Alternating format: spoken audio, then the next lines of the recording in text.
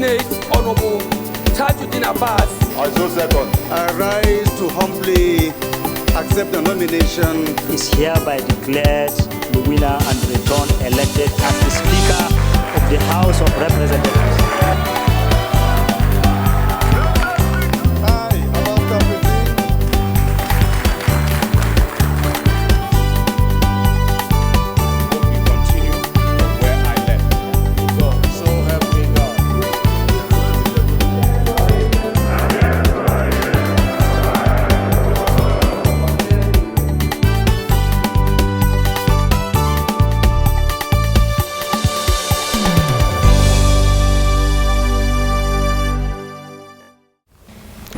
Welcome to this week's edition of House Tickets, a weekly program that informs and enlightens you about the activities and workings of the House of Representatives, Federal Republic of Nigeria. My name is Dihelia Mamza. It's good to be with you again. The 10th House is scheduled to resume plenary for the year 2024 on the 30th of January. House Tickets will be on ground to bring you details of the resumption.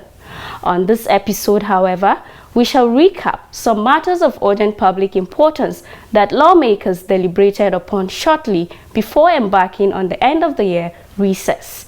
We shall also be reviewing the activities of some ad-hoc committees set up by the 10th House before the constitution of standing committees. Do stay with me for details coming up after this timeout. Don't go away.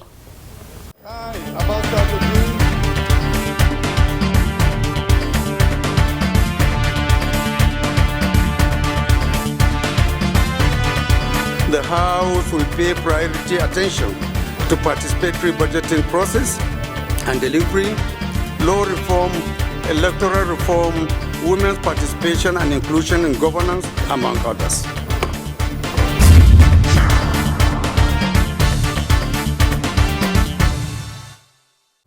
Welcome back. We'll start with a review of some matters of urgent public importance that came up during plenary during the week spanning Tuesday 19th December to Thursday 21st December 2023. The motions cover health, security and educational matters amongst other themes. For Tuesday, 19th December 2023, Representative Victor Abang moved a matter of urgent public importance on an imminent threat of invasion of a community in Cross River State by gunmen who are alleged to be from Cameroon. On December 11, 2023, heavy armed individuals known to be of Cameroonian origin boldly invaded the community, shooting sporadically, issuing threats to burn down the community and prohibiting locals from accessing their farmlands without any provocation. This fiasco has created distress and fear among residents of Okwa. This event resulted in the injuries of 30 individuals, the kidnapping of an unspecified number, and the destruction of the community by the same assailants from Cameroon. The lawmaker called on President Bola Ahmed Tinubu to direct the relevant security forces to secure the lives and properties of those in the community and begin the process of diplomatic resolutions with the Cameroonian government. The motion was referred to the House Committee on Defense, Foreign Affairs, Security and Intelligence. A matter of urgent public. On Wednesday, 20th December 2023, a motion on the urgent needs to halt the implementation of the new JAMB direct entry candidates policy for additional tests. It was sponsored by Representative Muhammad Mukhtar. Concerned that such policy could potentially discourage students from pursuing higher education and further exacerbates existing educational inequalities. Also concerned that the board has not been considerate to parents who have struggled through every means to support their children's education throughout higher education. Imposing undue financial strain on parents during this economically challenging period is unwarranted. He called on JAMB to immediately suspend the proposed aptitude tests and that the House Committee on Tertiary Education should ensure compliance. The motion was then referred to the relevant committee of the House for further scrutiny. Mr. Speaker, this is a motion. Representative Godwin Oga moved a motion on the need to urge the federal government of Nigeria to, as a matter of urgency, make malaria treatment and the relevant drugs free. This was on Thursday, 21st December 2023. It is disturbing to understand that the average cost of treating malaria in Nigeria today by self-medication is about 5,000. And upon consultation with the health care provider with a laboratory test may cost over 10,000 naira. Many Nigerians cannot presently afford this. Consequently, it may result to be using local herbs or substandard drugs that may lead to complications or death. Availability of this purchase of malaria drugs becomes even more difficult. Thus, the need for the intervention of government in the provision of free malaria treatment and drugs. His prayer was a call on the federal government to use part of the savings from the removal of fuel subsidy to provide free treatment of malaria in public hospitals, amongst other prayers. The motion was referred to the House Committees on Malaria, Tuberculosis, Health Services, as well as that on HIV.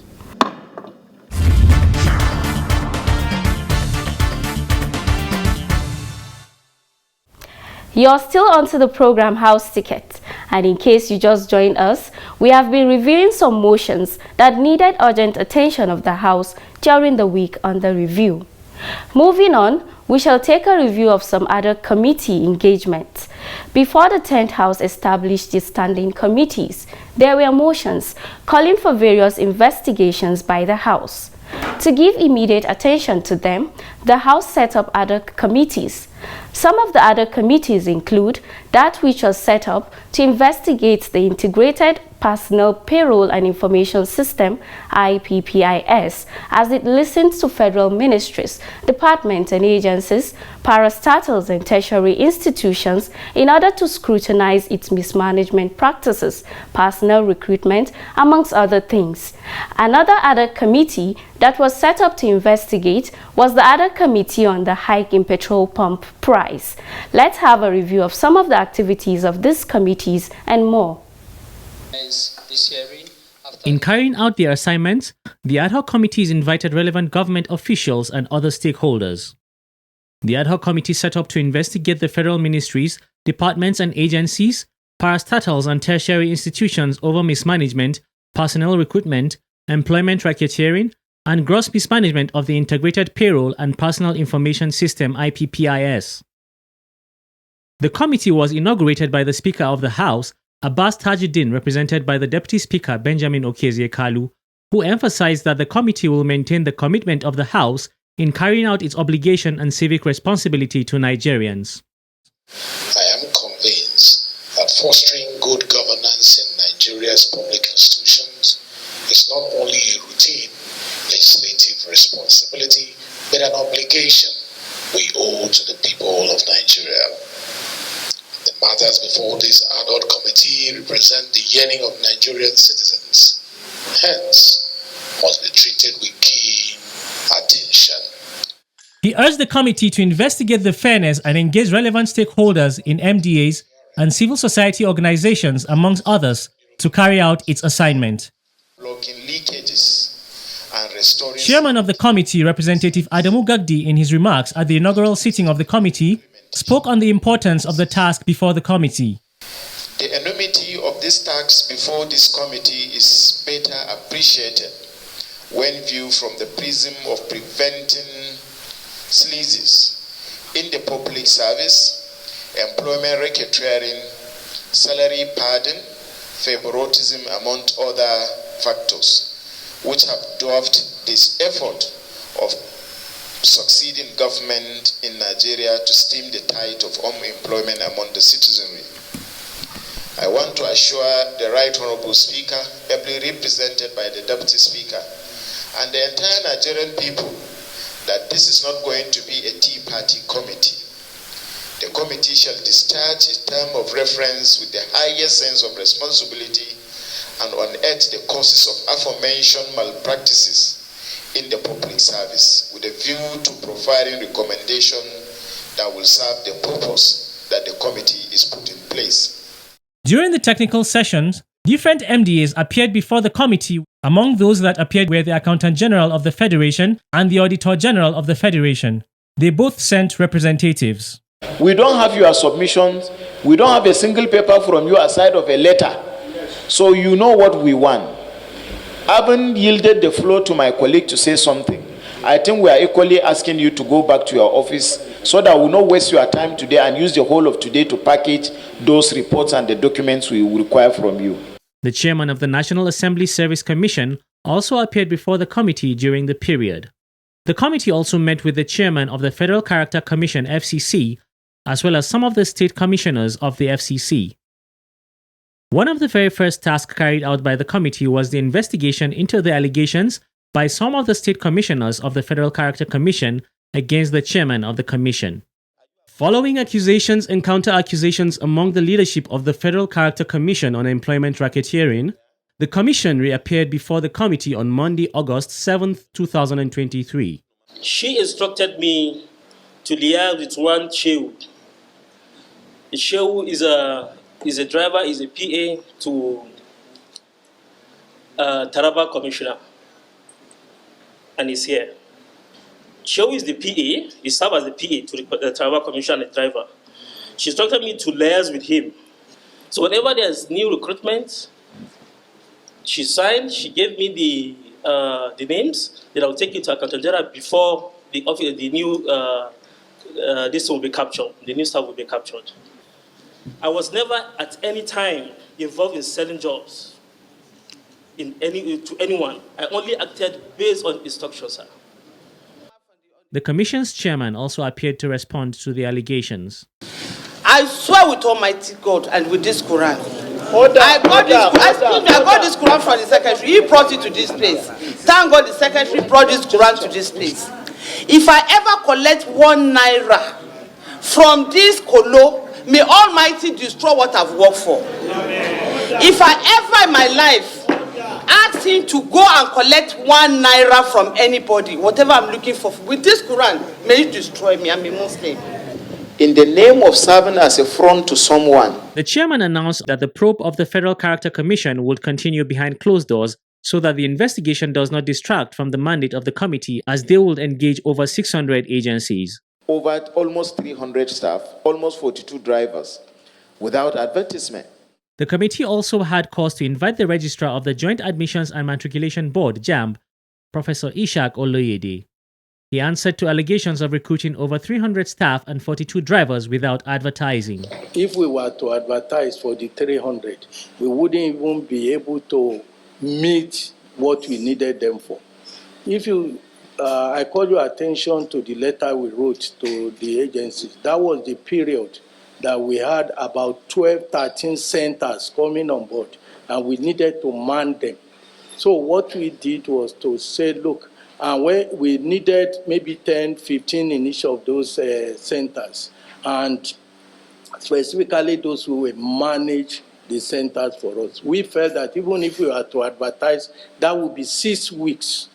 By the time we finish the 6 weeks of advertisement, the exam itself will have gone. It's time-bound. If you need a staff of 86 and 90, 156, apply for 176. At once, advertise. Give opportunity to Nigerians who does not know anybody to apply in JAM that we saw your advertisement, and that will equally give you the opportunity of choosing qualified candidates. Other agencies that appeared before the committee during the investigative hearing during the period include Corporate Affairs Commission, National Universities Commission, and Nigeria Electricity Regulatory Commission, as well as the Accountant General of the Federation, Auditor General of the Federation, among a host of others. The committee is yet to submit the report of its findings to the General House for deliberation. Our prices with our neighboring countries. Another ad hoc committee that engaged stakeholders was the Ad-hoc Committee on the recent hike in petrol pump price.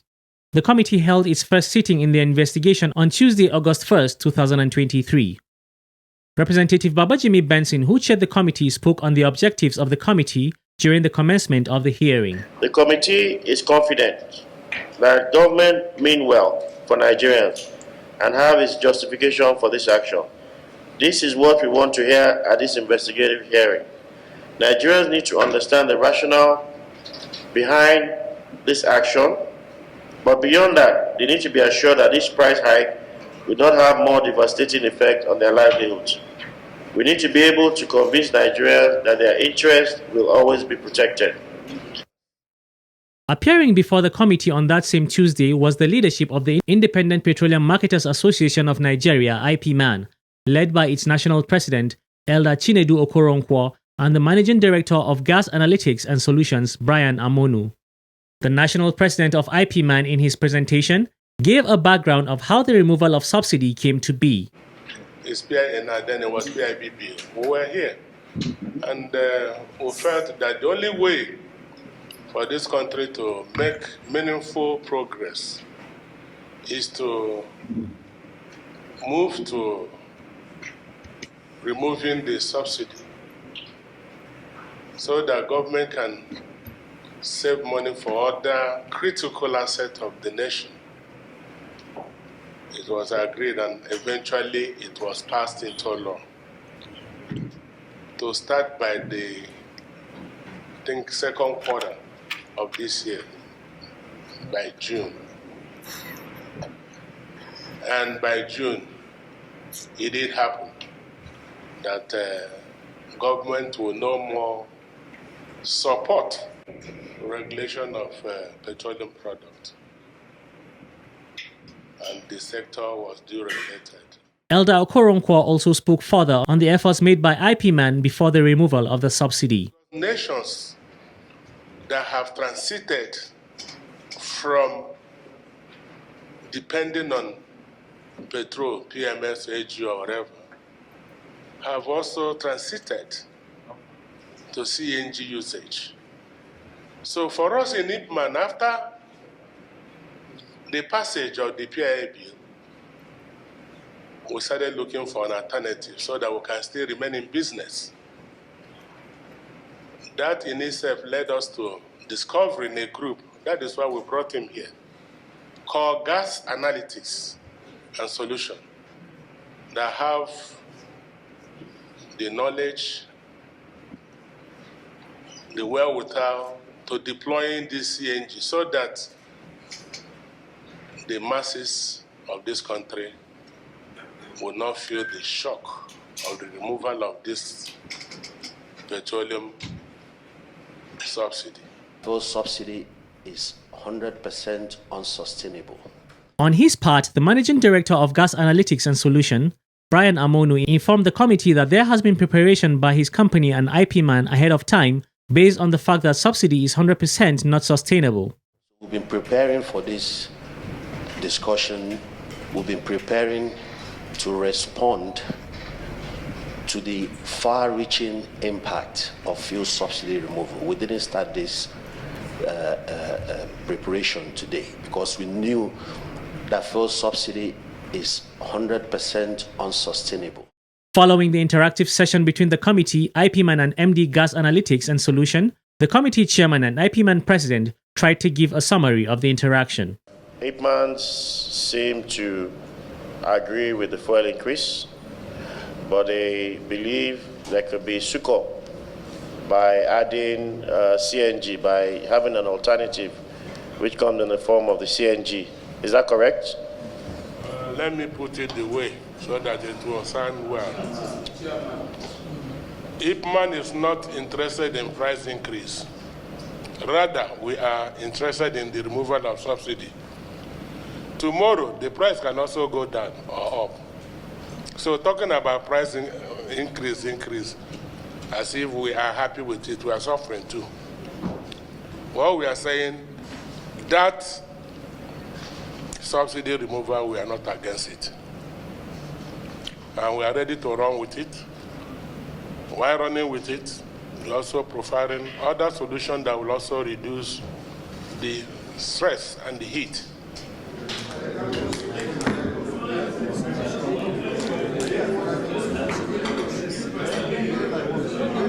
Two of them will calculate and give you exactly the strength that will carry the load you want to put on top. Meanwhile, at the committee's resumed hearing on Wednesday, August 2, 2023, a principal manager at the Central Bank of Nigeria, CBN, Mr. Osage Clement, and representatives of the Nigerian Midstream and Downstream Petroleum Regulatory Authority, led by its executive director, Mr. Obugo Okoha, appeared before the committee.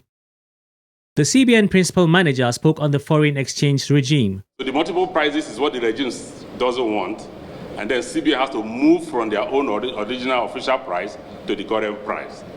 This action means that those who were importing, who were able to make import through official price, through a CBN price, now have to adjust their own prices up because the dollar they were getting at line 460, 500 from CBN has moved to about 750, 800.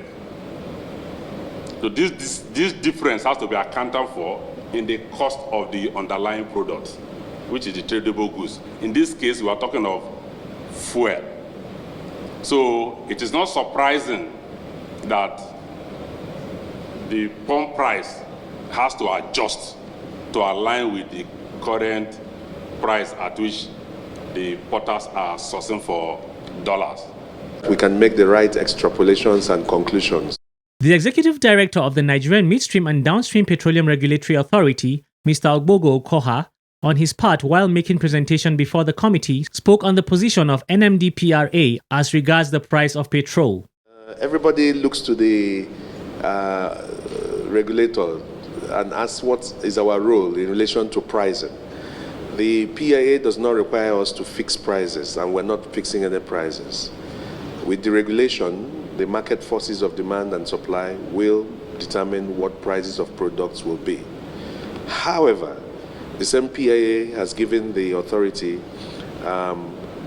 quite enormous powers to intervene to avoid cartel building, which is why we've introduced competition, to also deal with illegal profiteering, and more importantly, to work with FCCPC in relation to consumer protection. And those are powers that we take very serious. If we reduce those components or suspend or whatever, a suggested pump price, let's look at it. If you, like a supplier, makes investments in storage and forward integration transport, his economies of scale may improve ultimately than the person that just takes one narrow position. So it's a question of efficiency ultimately. And we're looking forward to the time that those who have, when the competition stabilizes, prices, it will begin to impact on prices. And those who have high prices, this is what open market system is. If others are selling at 500 and you want to sell at 600, nobody will buy from you. It means you're out of business.